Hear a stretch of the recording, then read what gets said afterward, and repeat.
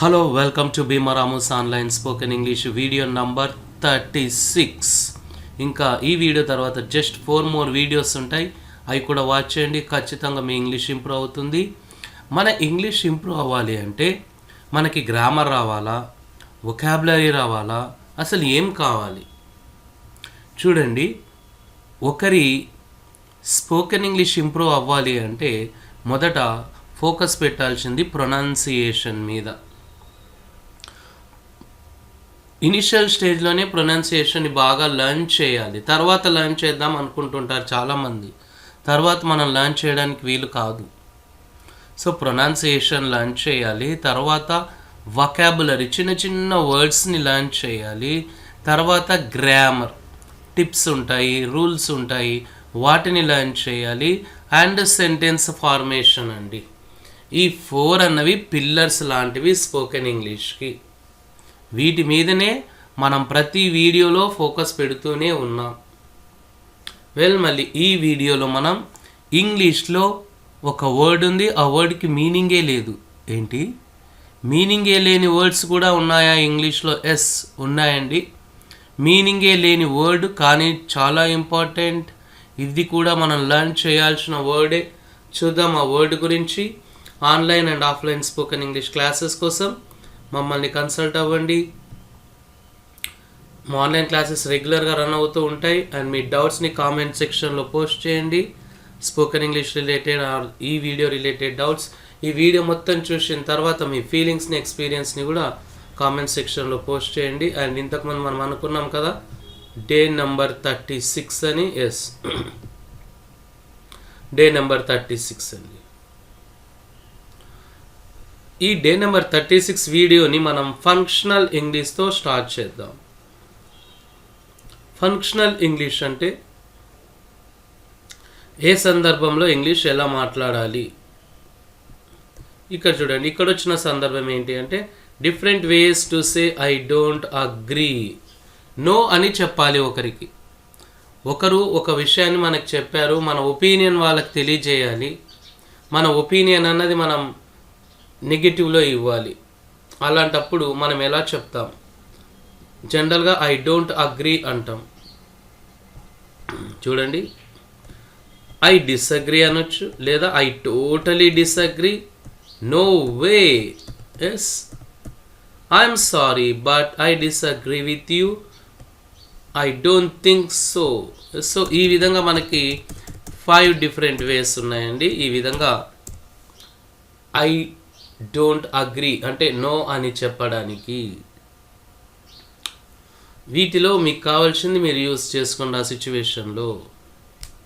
చూడండి, ఇక్కడ ఒక రోడ్ ఉంది, ఆ రోడ్ అన్నది మంచి కండిషన్లో లేదు. నేను ఎలా చెప్తాను? ద రోడ్ ఈజ్ నైస్ అని నేను అన్నాను అనుకోండి, అప్పుడు మీరు నాట్ అని చెప్పాలి కదా, నో అని చెప్పాలి కదా. ఈ 5లో ఏదో ఒకటి యూజ్ చేసి చెప్పండి, నాకు రిప్లై ఇవ్వండి. The road is nice, yes, very good. అలా సంథింగ్ మీరు తీసుకొని రిప్లై ఇవ్వాలండి. ఇదే మన ఇంగ్లీష్లో చాలా ఇంపార్టెంట్ రోల్ ప్లే చేస్తుంది. దీన్ని ఫంక్షనల్ ఇంగ్లీష్ అంటాం. సో ఇంతకుముందు మనం అనుకున్నట్లుగా pronunciation, vocabulary, grammar, sentence formation and ఈ ఫంక్షనల్ ఇంగ్లీష్ కూడా యాడ్ చేసుకోండి 5. అండ్ రీక్యాప్చులేషన్ అండి. ప్రతి వీడియోలో మనం రీక్యాప్చులేషన్ చేస్తున్నాం. అండ్ ఇక్కడ ఈ వీడియోలో మనం రీక్యాప్చులేషన్ చేసుకోబోయేది WH క్వశ్చన్ వర్డ్స్ అండి. చూద్దాం the power of helping verbs ఏంటో చూద్దాం. చూడండి, ఎప్పుడైనా మనకి WH క్వశ్చన్ వర్డ్ అంటే ఒక పని ఎప్పుడు జరిగింది, ఎక్కడ జరిగింది, ఎందుకు జరిగింది, ఎలా జరిగింది అని మనం క్వశ్చన్ వేయాలి అన్నప్పుడు యూస్ చేసే WH క్వశ్చన్ వర్డ్స్ అండి. ఫస్ట్ WH క్వశ్చన్ వర్డ్ వస్తుంది, తర్వాత హెల్పింగ్ వర్బ్, వెంబడే హెల్పింగ్ వర్బ్, విల్లా, డిడ్డా, డూవా, ఎస్, సబ్జెక్ట్ V1 RP. ఇక్కడ చూడండి, తెలుగు, మీరు మీ భోజనం ఎప్పుడు తీసుకుంటారు అంటే when will you take your lunch. Future కాబట్టి విల్ వాడాము.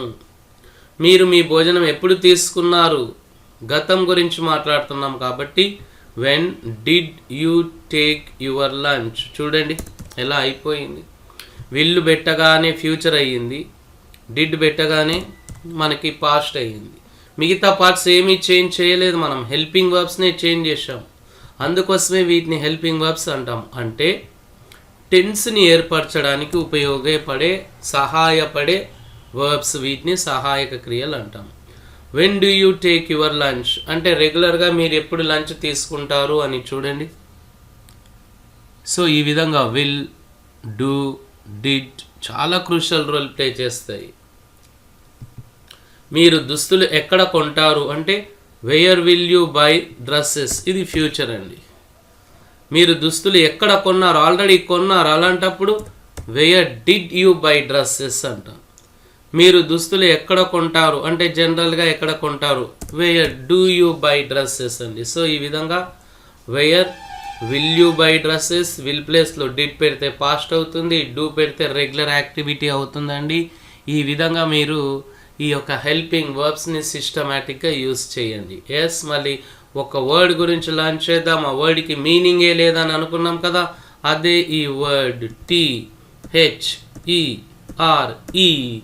దేర్ కాదండి, ఇంతకుముందు చెప్పాను నేను.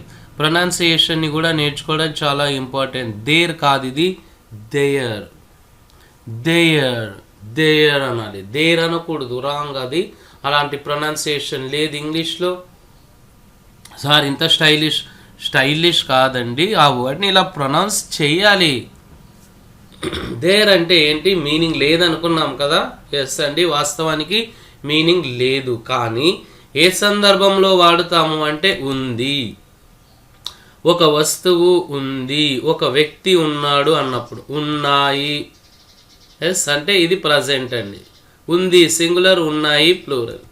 ఉండెను గతంలో, ఉంటుంది భవిష్యత్తులో, ఉంటాయి భవిష్యత్తులో. ఎస్, భవిష్యత్తులో సింగులర్, భవిష్యత్తులో ప్లూరల్. సో ఈ విధంగా మనం దేయర్ తర్వాత ఉపయోగించే హెల్పింగ్ వర్బ్స్ని మళ్ళీ ఒకసారి చూద్దాం. దేయర్ ఈజ్ అంటాము, లేదా దేయర్ ఆర్ అంటాము. దేయర్ ఈజ్ అంటే ఉంది, దేయర్ ఆర్ అంటే ఉన్నాయి, ప్రజెంట్ అండి, యాజ్, ఈజ్, ఆర్. తర్వాత దేయర్ వాజ్ అంటాము, దేయర్ వర్ అంటాము. దేయర్ వాజ్ అన్నది సింగులర్ వస్తుంది, దేయర్ వర్ అన్నది ప్లూరల్ వస్తుంది, అంటే ఇది ఉండెను. దేయర్ విల్ బీ అండి, విల్ తర్వాత బీ రావాలి ఇక్కడ కంపల్సరీగా, ఎందుకంటే V1 రాదు ఇక్కడ, కాబట్టి మనం బీ వాడుకుంటాము. అంటే ఉంటుంది, ఉంటాయి. చూడండి, ప్రజెంట్లో ఈజ్ ఆర్, పాస్ట్లో వాజ్ వర్, అండ్ ఫ్యూచర్లో విల్ బీ. సో స్ట్రక్చర్ ఇలా వస్తుంది చూడండి. దేయర్ ఈజ్ లేదా దేయర్ ఆర్. దేయర్ ఈజ్ అంటే ఉంది, దేయర్ ఆర్ అంటే ఉన్నాయి, దేయర్ వాజ్ ఉండెను, దేయర్ వర్ ఉండెను, దేయర్ విల్ బి ఉంటుంది, ఉంటాయి అని. వెల్, మళ్ళీ చూద్దాం ఇంకా దీన్ని క్లారిటీతో. దేయర్ ఈజ్ తర్వాత సింగులర్ నౌన్ వస్తుంది. చూడండి ఇక్కడ, there is a tree in front of the temple. ఇలా దేయర్ ఈజ్తో బిగిన్ చేయండి, అలాంటప్పుడు సింగులర్ తీసుకోండి. There is a tree in front of the temple అంటే ఆలయం ముందు ఒక చెట్టు ఉంది అని. ఇక్కడ చాలామంది ఏం చేశారంటే ఈ tree have in front of the temple అంటారు. ఇలాంటి సందర్భాల్లో హ్యావ్ రాదండి. హ్యావ్ అంటే కలిగి ఉండడం అన్న మీనింగ్ వస్తుంది. సో ఈ విధంగా మీరు బాగా యూస్ చేయండి, బాగా ప్రాక్టీస్ చేయండి. There is a book on the table, there is water in the bottle. ఇలా నెక్స్ట్ దేర్ ఆర్ అండి, ఇక్కడ ఆర్ తర్వాత ప్లూరల్ నౌన్స్ వస్తాయి. There are 3 buses at the bus stand. చూడండి, దేర్ ఆర్ కాబట్టి మనకి 3 buses ప్లూరల్ వచ్చింది. అట్ ద బస్ స్టాండ్ ఇది రిమైనింగ్ పార్ట్, మిగతా భాగం. బస్ స్టాండ్ వద్ద 3 బస్సులు ఉన్నాయి. చూద్దాం ఇప్పుడు. There are blankets on the bed, there are books in the window. ఈ విధంగా మీరు ప్రాక్టీస్ చేసుకోండి. ఉంది, ఉన్నాయి. And there is uncountable noun కూడా వాడుతామండి, అంటే లెక్కింపలేని నామవాచకాలు. There is some water in the glass, there is some oil. ఇలా వెళ్ళండి. మళ్ళీ మనం ఇంతకుముందు దేర్ ఈజ్ దేర్ ఆర్ గురించి డిస్కస్ చేసుకుందాం. ఇప్పుడు దేర్ వాజ్ చూద్దాం. There was a book on the table అంటే టేబుల్ మీద ఒక పుస్తకం ఉండేను. ఇప్పుడు లేదండి, ఇప్పటి గురించి చెప్పడం లేదు, మనం గతం గురించి మనం చూసాము. అప్పుడు ఉండే, అప్పటి గురించే మాట్లాడుతున్నాం, ఇప్పటి గురించి కాదనే కాదు. సో ఇక్కడ మనకి దేర్ తర్వాత వాజ్ సింగులర్ నౌన్ వస్తుంది. There was a boy at the gate. There was a bag on the chair. ఈ విధంగా బాగా ప్రాక్టీస్ చేసుకోండి స్ట్రక్చర్ని. దేర్ తర్వాత వర్ వస్తుందండి ప్లూరల్ నౌన్ వచ్చినప్పుడు. There were small houses here 2 years ago. 2 సంవత్సరాల క్రితం ఇక్కడ చిన్న ఇల్లు ఉండేవి. There were 2 boys in the class room. ఎప్పుడు పాస్ట్ వర్ కాబట్టి. సో వీటిని బాగా ప్రాక్టీస్ చేసుకోండి. దేర్ వాజ్ ఇక్కడ మనకి అన్కౌంటబుల్ నౌన్ కూడా వస్తుందండి. అన్కౌంటబుల్ అంటే లెక్కింపలేమన్నమాట, కౌంట్ చేయలేము. So there was milk in the fridge. ఫ్రిడ్జ్లో పాలు ఉండేవి, ఇప్పుడు గురించి కాదండి. మళ్ళీ ఫ్యూచర్కి వెళ్దాం. విల్ బీ అండి. సో ఇక్కడ దేర్ తర్వాత మనకి విల్లు తర్వాత బీ వస్తుంది. తర్వాత ఎస్ఎన్ అంటే సింగులర్ నౌన్, పెన్ బుక్ అలా. పిఎన్ అంటే ప్లూరల్ నౌన్, పెన్స్ బుక్స్ అని. సిఎన్ అంటే కౌంటబుల్ నౌన్, లెక్కింప nouns, chair book pen. Uncountable noun UCN, uncountable noun అంటే లెక్కింపలేని నామవాచకాలు. ఆయిల్, శాండ్, ఇలాన్, సాల్ట్. ఈ విధంగా విల్ బీ తర్వాత ఇన్ని మనం యూస్ చేసుకోవచ్చు అండి స్ట్రక్చర్ అది. There will be a bus అనొచ్చు, లేకపోతే దేర్ విల్ బీ బస్సెస్ అనొచ్చు, there will be water tomorrow అనొచ్చు. అంటే రేపు బస్సులు నీరు ఉంటాయి, ఉంటుంది సింగులర్ అయితే. సో ఈ విధంగా మనం దేర్ని సిస్టమేటిక్గా యూస్ చేసుకోవాలండి. ఇక్కడ చూడండి, దేర్ ఈజ్ తర్వాత ఒక సంథింగ్ యూస్ చేయండి. ఎస్, ఒక singular. There is a teacher. There are plural వాడండి, టీచర్స్. దేర్ వాజ్ సింగులర్ వాడండి, a teacher. There were plural వాడండి, ప్లూరల్ నా teachers. There will be singular అన్న వాడండి, ప్లూరల్ అన్న వాడండి, ఏ టీచర్, టీచర్స్. ఎస్, ఈ విధంగా మనకి ఉంది, ఉండెను, ఉంటాయి అన్నప్పుడు దేర్ యూస్ చేస్తామండి. దానికి ఎలాంటి మీనింగ్ లేదు, కానీ ఈ సందర్భంలో వాడుతాము. ఒకవేళ లేకపోతే నెగటివ్ యూస్ చేయాలి కదా. నెగటివ్ సెంటెన్సెస్ చూద్దాం. దేర్ ఈజ్ అండి, కానీ isn't. There isn't. There aren't, aren't కాదండి, ఆంట్. అంటే దేర్ ఈజ్ పాజిటివ్ అవుతే దేర్ ఈజింట్ నెగటివ్ అవుతుంది. There isn't a tree in front of the temple అంటే టెంపుల్ ముందు చెట్టు లేదు అని. దేర్ ఆంట్ తర్వాత ప్లూరల్ అండి. There aren't 3 buses at the bus stand అంటే బస్ స్టాండ్ వద్ద 3 బస్సులు లేవు. ఇంతకుముందు ఉన్నాయి అన్నాం, ఇప్పుడు లేవు అంటున్నాం. There isn't any water in the glass. చూడండి, గ్లాస్తో ఎలాంటి వాటర్ అంటే అన్కౌంటబుల్ నౌన్ యూజ్ చేశాం. There wasn't a book on the table. Table మీద ఒక బుక్ లేకుండేను. There weren't small houses here 2 years ago. There wasn't milk in the fridge. There won't అండి. అదే ఫ్యూచర్ నెగటివ్ అయితే, పాజిటివ్ అయితే there will be అన్నాము. There will be negative కాబట్టి there won't be.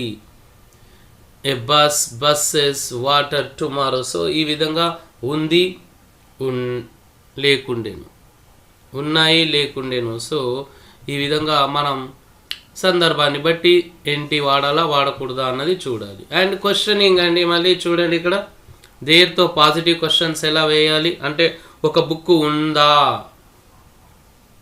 చూడండి, ఇక్కడ మనకి there is a chair in the room అంటున్నాం. ఇది క్వశ్చన్ కాదు, నార్మల్ సెంటెన్స్. దీన్ని క్వశ్చన్ చేయాలంటే చూడండి, యారో మార్క్స్.